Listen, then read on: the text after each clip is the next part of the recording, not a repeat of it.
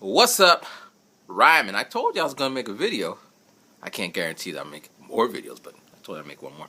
All right. Anyway, this is kind of a rant. So first, in the last video, someone's like, in Japan they like crooked teeth or something, and then someone's like, don't talk about his teeth.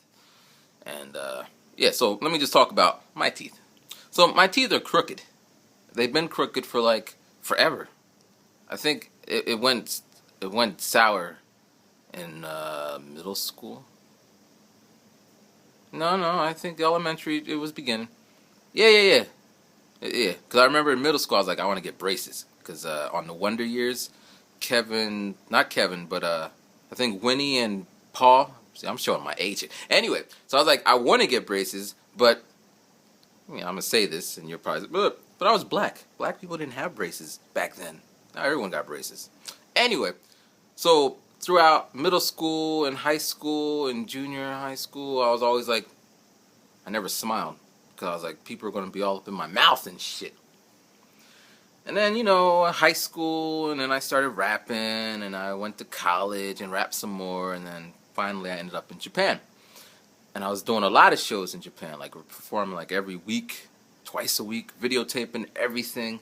And I would look back at the video, and I would see me and see the way I'm interacting with people, and I would take still shots from there, and people would take pictures of me, post it, and I would look at myself, and I'd be all like smiling because I'm happy, I'm in the zone, and I'd be looking at myself and looking, wow.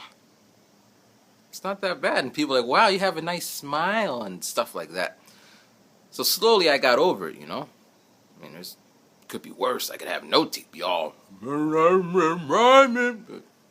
So yeah, I got over it. So, it's the internet. People talk. Let them talk. But if you suffer from these kind of anxiety problems, you just got to get over it. Face your fears and move on. So moving along. So yeah, grad school. It's doing a doozy on me. You say, what do you mean? What do you mean? Okay, let me tell you what I mean. Grad school is cool. I enjoy reading cases. Here's a case right here. But these cases are long. It's like 30 pages of a case. Just details and stories and facts and stuff. It's interesting. I enjoy reading the story, like the story of Starbucks. The guy, I didn't know this, and a lot of people wouldn't know this unless you follow the financial section of magazines and all that. But Starbucks was doing good. They started opening up a lot of stores, and then they lost the essence of Starbucks. So the owner, he's like, we want it to be like an experience, blah, blah, blah, blah, blah. But then they started opening up all these stores, and they started like mechanicalizing everything. So instead of the person pouring the coffee and mix it in front of you so you could smell the aroma, they started like putting the beans in airtight packages to preserve the flavor. But then, since they did that, when you walk into the store, you can't smell the aroma. And eventually people started saying, why are we paying $80,000 for coffee? We could just go over there if it's just going to be coffee. And then at the same time, McDonald's and Starbucks, Dunkin' Donuts, they started doing their little dollar coffee, and they started eating away profits. So at one point, Starbucks was going like down. It was almost out of business. And the owner, like, he left. He went off to be like head of strategic management. So the guy who was in his place, he was doing the best he could do, but they were losing profits. So he came back and said, hey, get out of here.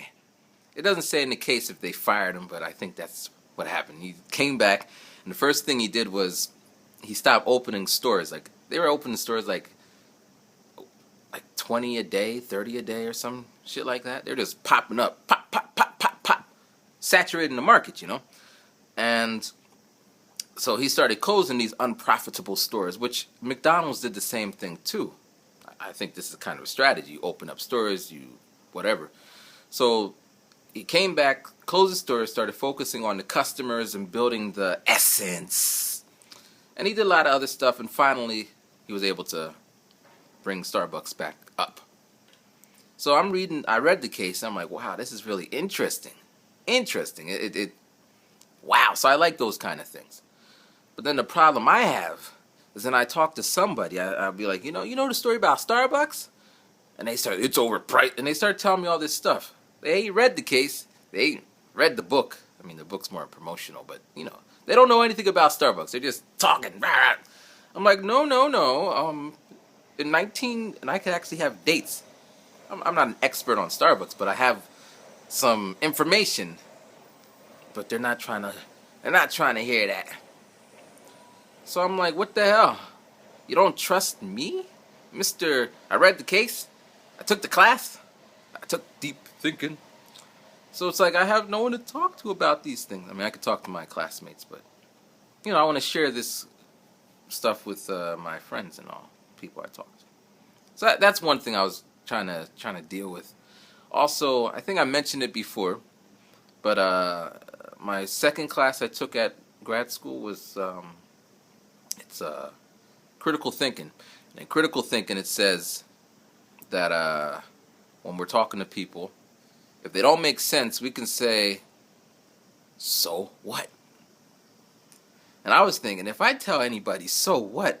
they're going to be upset. They're going to hate me. And the teacher was like, "Yeah, they probably will." But you could do that. So I tried it, I was talking to someone, and I didn't say "so what," but I was just like, "And what is your point?" And like, what? Like, and what's your point? And the more I said it, the more agitated they got. And then finally they folded over and they said, "You just don't understand. You just don't understand." Like, I don't understand. Of course I don't understand. I'm waiting for you to enlighten me. But it didn't happen that way. So like this gap is forming. This super gap. And I don't know. And it also goes into music. All the strategies I was doing for music prior to going to grad school, I'm altering them, changing them up.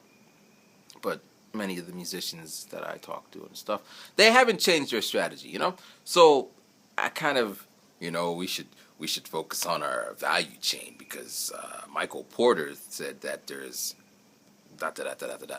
They're like, who's Michael Porter? Oh, he's just a guy that studied many businesses for like 40 years. He's a very smart, educated man. Fuck Michael Porter, is what they would say.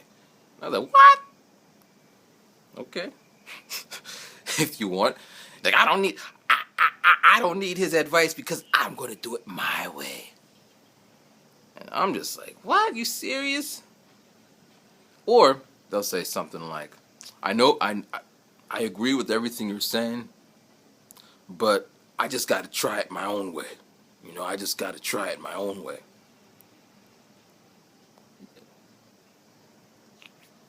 Now, luckily or unfortunately, I don't know how you say it, there's no money being exchanged. So it's like, okay, try it your own way for free. So we believe that you can beat the system by taking many shortcuts. Okay, go for it. But, I think, what is it? 8 out of 10 businesses fail already. These are people with MBAs and business plans. So your plan is to not to see. I don't understand, and I try to ask more questions because I'm as I said, this is a rant. I'm just going around and around. So I ask questions when people say things to me like, blah, blah, blah, blah, blah. I mean, can you say that in a different way?